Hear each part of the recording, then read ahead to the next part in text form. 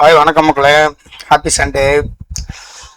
நம்ம கடைசியாக பார்த்த சிலபஸில் ஒரு சின்ன ரிவ்யூ, ஒரு 5 மினிட்ஸ் கிளிப் நான் உங்களுக்கு காட்ட போகிறேன். கடைசியாக பார்த்த மேட்ரை கொஞ்சம் கிளாரிஃபிகேஷன் பண்ணுறேன். ஃபஸ்ட்டு நம்ம செக்லிஸ்ட்டில் ஓப்பன் இன்ட்ரெஸ்ட் பார்க்குறோம், ஓவரால் ஓப்பன் இன்ட்ரெஸ்ட் பார்க்குறோம். எக்ஸ்பிரி டேட்டு இன்னும் 2 நாள் தான் இருக்குது. ஃபுல் டே வச்சு பார்க்கும்போது நம்மளுக்கு கால் ஆப்ஷனில் ஒரு 12.5 கோடி, புட் ஆப்ஷனில் 14 கோடி. அப்போது புட் ஆப்ஷன் சைடு தான் செல்லர்ஸ் அதிகமாக இருக்காங்க. கால் சைடு செல்லர்ஸ் இருக்காங்க, பட் புட்டோட கம்மியாக இருக்காங்க. ஸோ நம்மளுக்கு இப்போ ஒரு புல்லிஷ் மோடு இருக்குது. ஆனால் நம்ம என்ன பண்ணுவோம் அப்படின்னா, ஃபஸ்ட்டு நமக்கு சப்போர்ட் ரெசிஸ்டன்ஸ் எல்லாம் கண்டுபிடிக்கணும் இல்லையா? அதனால் ஓப்பன் இன்ட்ரெஸ்ட் பிரகாரம் சப்போர்ட் இன்ட்ரெஸ்ட்டில் இமீடியட்டாக 24,000, அதுக்கப்புறம் 24,500, அதுக்கப்புறம் 24,600. இது 3 ரெசிஸ்டன்ஸாக ஒர்க் ஆகிட்டு இருக்கு. இது 3 சப்போர்ட்டாக ஒர்க் ஆகிட்டு இருக்கு. ஸோ அதை நம்ம சார்ட்டில் நம்ம போட்டாச்சு. Immediate resistance, support 1, support 2, resistance 1, resistance 2. டெக்னிக்கலாக பார்த்தாலும் கிட்டத்தட்ட அது மேட்ச் ஆகிருக்கு 1 டே டைம் ஃப்ரேமில். ஓகேங்களா? நம்ம இன்ட்ராடே பேசிஸில் தான் மார்க்கெட்டோடைய 6 டைப் ஆஃப் ட்ரெண்டையும் நம்ம பார்க்கணும் அப்படிங்கிறத சொல்லியிருக்கேன். இப்போ நான் என்ன பார்க்க போகிறோம் அப்படின்னா, ஸ்ட்ராடில் பாயிண்டை நம்ம எப்படி கேட்ச் பண்ணுறது, அதுதான் அந்த ரேஞ்சை ஒரு டே ட்ரேடிங்கில் அந்த ரேஞ்சுக்குள்ளே தான் 90% அந்த ரேஞ்சுக்குள்ளே தான் இருக்குது, ஆஸ் பர் மை எக்ஸ்பீரியன்ஸ், மேத்தமெட்டிக்கலாகவும். ஓகேயா? ஸோ நம்ம என்ன பண்ணுறோம் அப்படின்னா, இப்போ ஆப்ஷன் செயினில் நம்ம பார்த்தோம் அப்படின்னோம்னா, இப்போ ஸ்பாட்டுக்கு ரொம்ப பக்கத்தில் இருக்கக்கூடிய ஸ்ட்ரைக் 24,400. ஏன் இதையும் அடுத்த மணியாக ஏன் இதை எடுத்துக்க கூடாது அப்படின்னு சொன்னால், இன்ட்ரன்சிக் வேல்யூ ஏதாவது ஒன்று 0வாக இருக்கணும், ஒன்று 50 பாயிண்ட்டுக்கு இடையில இருக்கணும். இப்போ பார்த்தீங்கன்னா, இப்போ 24,350 எடுத்தோம்னா 33 பாயிண்ட் இன்ட்ரன்சிக் வேல்யூ இருக்குது, புட் சைடு 0 இருக்குது. ஓகே, ஆனால் அதை விட கம்மியாக இன்ட்ரன்சிக் வேல்யூ 16 ரூபா தான் இருக்குது, இங்கிட்டு 0வாக இருக்குது. அப்போ நம்ம 24,400 நம்ம ஸ்ட்ராடில் பாயிண்டாக எடுத்துக்கணும். அதே சமயத்தில் 24,400லையே கிட்டத்தட்ட ஓப்பன் இன்ட்ரெஸ்ட் 60, 80, பொட்டில் 60, இதில் 80. ஓகே, இது ரெண்டும் ஈக்குவலாக இருந்துச்சுன்னா அது ஸ்ட்ராடில் அப்படின்னு நம்ம எடுத்துக்கணும். ஸ்ட்ராடில் பாயிண்ட் இல்லை, ஸ்ட்ராடில் அப்படின்னு எடுத்துக்கணும். ஸ்ட்ராடில் ஸ்ட்ரைக்கு இப்போ ஆல்மோஸ்ட் ஸ்ட்ராடில் ஸ்ட்ரைக்கு நம்ம ஆப்ஷன் செயின் மூலமாக நம்ம பார்க்குறோம். அப்போ 68 + 98. அப்போ இது ரெண்டையும் நம்ம டோட்டல் போட்டோம்னா நம்மளுக்கு எவ்வளோ கிடைக்கும்?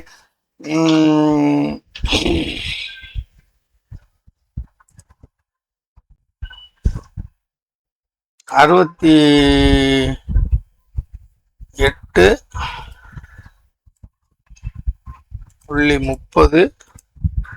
+ 98.95. ஸோ இது ரெண்டையும் டோட்டல் போட்டோம்னா நமக்கு 167 பாயிண்ட் கிடைக்குது. அப்போ 167 பாயிண்டை அப் அண்ட் டவுனுக்கு நம்ம ஃபிக்ஸ் பண்ணணும். அப்போ டிவைடட் பை 2 அப்படின்னு பார்த்தோம்னா 24,400 இருந்து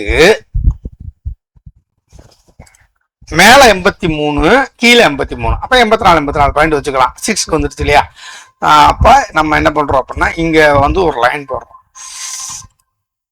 ஃபர்ஸ்ட் இங்கே ஒரு லைன் போடுறோம், ஒரு ஹரிசாண்டல் ட்ரை போட்டு 24ல் ஃபிக்ஸ் பண்ணுறோம்.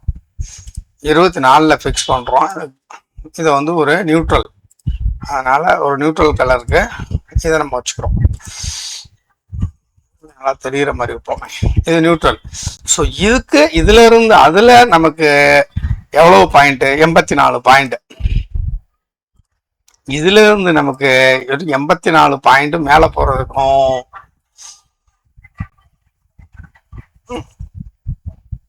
ஓகே.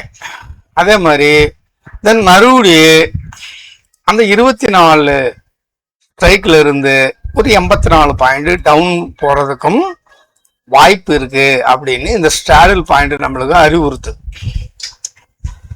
இதுதான் ஸ்ட்ராடில் பாயிண்ட் ஜோன். ஸோ ஒரு அப்ராக்சிமேட்டா. ஸோ நம்ம இதில் நம்ம என்ன பண்ணுறோம் அப்படின்னா, இப்போ பாக்ஸ் நம்ம கிரியேட் பண்ணிடுறோம். ஆனால் இந்த பாக்ஸ் இன்னைக்கு போடுறோம், நாளைக்கு ஒரு 15 மினிட்ஸோடைய இதில் தான் நம்ம இதை நம்ம ஃபிக்ஸ் பண்ணணும். ஸோ நாளைக்கு எத்தனை ஒரு ஒன் டே கேண்டிலில் நம்ம ஃபிக்ஸ் பண்ணுறோம் பண்ணோம்னா ரொம்ப தூரம் இருக்கும். ஸோ வந்து நம்ம வந்து டைம் ஃப்ரேமை மாற்றிக்குவோம். இந்த இருக்கு ஒரு நாளைக்கு. ஸோ இதை நான் ஒரு 1 hour கேண்டிலுக்கு கூட மாற்றிக்கிறேன். இது முடிஞ்சு போச்சு. ஸோ இதுதான் பாக்ஸ்.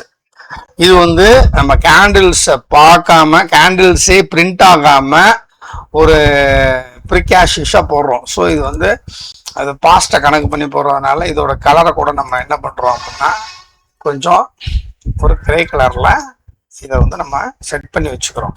நாளைக்கு இந்த பாக்ஸோட கொஞ்சம் மேலே வர மாதிரி இருக்கலாம், இல்லை கீழே வர மாதிரி இருக்கலாம். ஏன்னா நாளைக்கு வந்து மார்க்கெட்டு இங்கே ஓப்பன் ஆகுதான்னு தெரியாது, இங்கே ஓப்பன் ஆகுதான்னு தெரியாது, கேப் அப்பில் ஓப்பன் ஆகலாம், கேப் டவுனில் ஓப்பன் ஆகலாம்.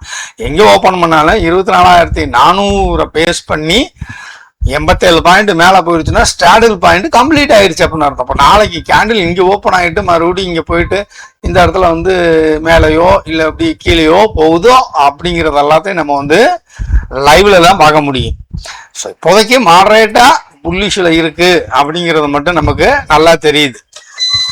ஸோ அதே மாதிரி நாளைக்கு மாடரேட்டு புல்லிஷில் போகிறதுக்கு வாய்ப்பு இருக்கு. ஸோ முதல்ல அந்த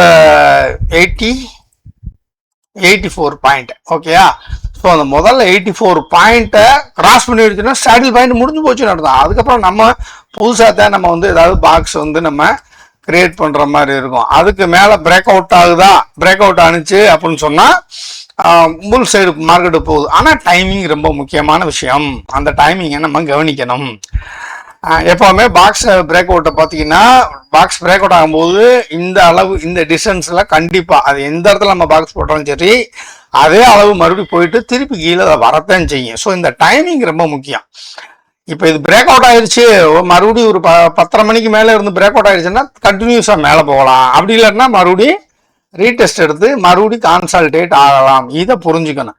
அட் த சேம் டைம் நம்ம எதை ஒபே பண்ணணும் அப்படின்னா ஓப்பன் இன்ட்ரெஸ்ட்டை ஒபே பண்ணணும். இந்த ஓப்பன் இன்ட்ரெஸ்ட்டை ஒபே பண்ணும்போது நம்மளுக்கு வந்து நம்ம என்ன ஸ்ட்ரைக் எடுக்கணும், எவ்வளோ பாயிண்ட் டெல்டா வச்சு பிடிக்கணும் அப்படிங்கிறது நமக்கு புரிஞ்சிடும். ஓகேயா.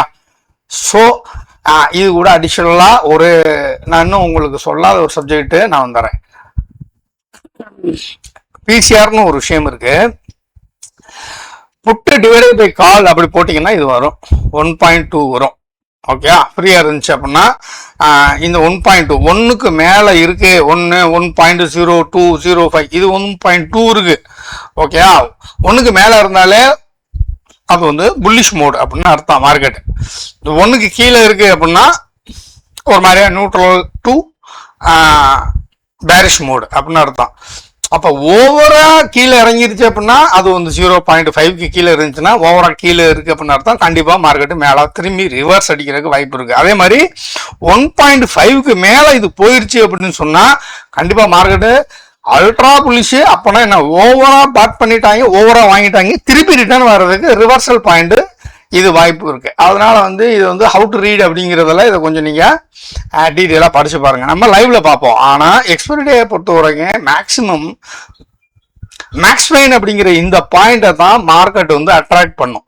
இதுல இருந்து 50 பாயிண்ட் மேல முடியலாம், இல்ல 50 பாயிண்ட் கீழே முடியலாம். இன்னைக்கு செவ்வாய்க்கிழமை அன்னைக்கு இந்த மேக்ஸ் பெயின் ஒண்ணுமே இல்லை. எந்த ஸ்ட்ரைக்ல வந்து எல்லா ஸ்ட்ரைக்கையும் டோட்டல் போட்டு ஆவரேஜ் பண்ணும்போது எந்த ஸ்ட்ரைக்கை வந்து ஈக்குவலான ஓப்பன் இன்ட்ரெஸ்ட் இருக்கு அந்த இடத்துல தான் கொண்டு போய் மார்க்கெட்டை க்ளோஸ் பண்ணுவாங்க. அதுதான் மேக்ஸ் பெயின்.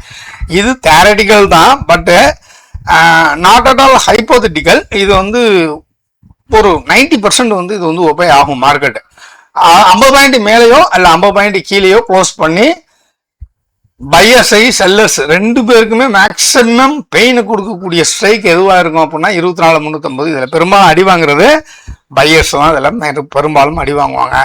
ஸோ மேக்ஸ் பெயினையும் கணக்கு பண்ணி அப்போ மேக்ஸ் பெயினுக்கு நம்ம வந்து சார்ட்ல வந்து ஒரு லைனை போட்டு செவ்வாய்க்கிழமை அன்னைக்கு அங்கே தான் போய் முடியும். பட் செவ்வாய்க்கிழமை தான் அது கணக்கு.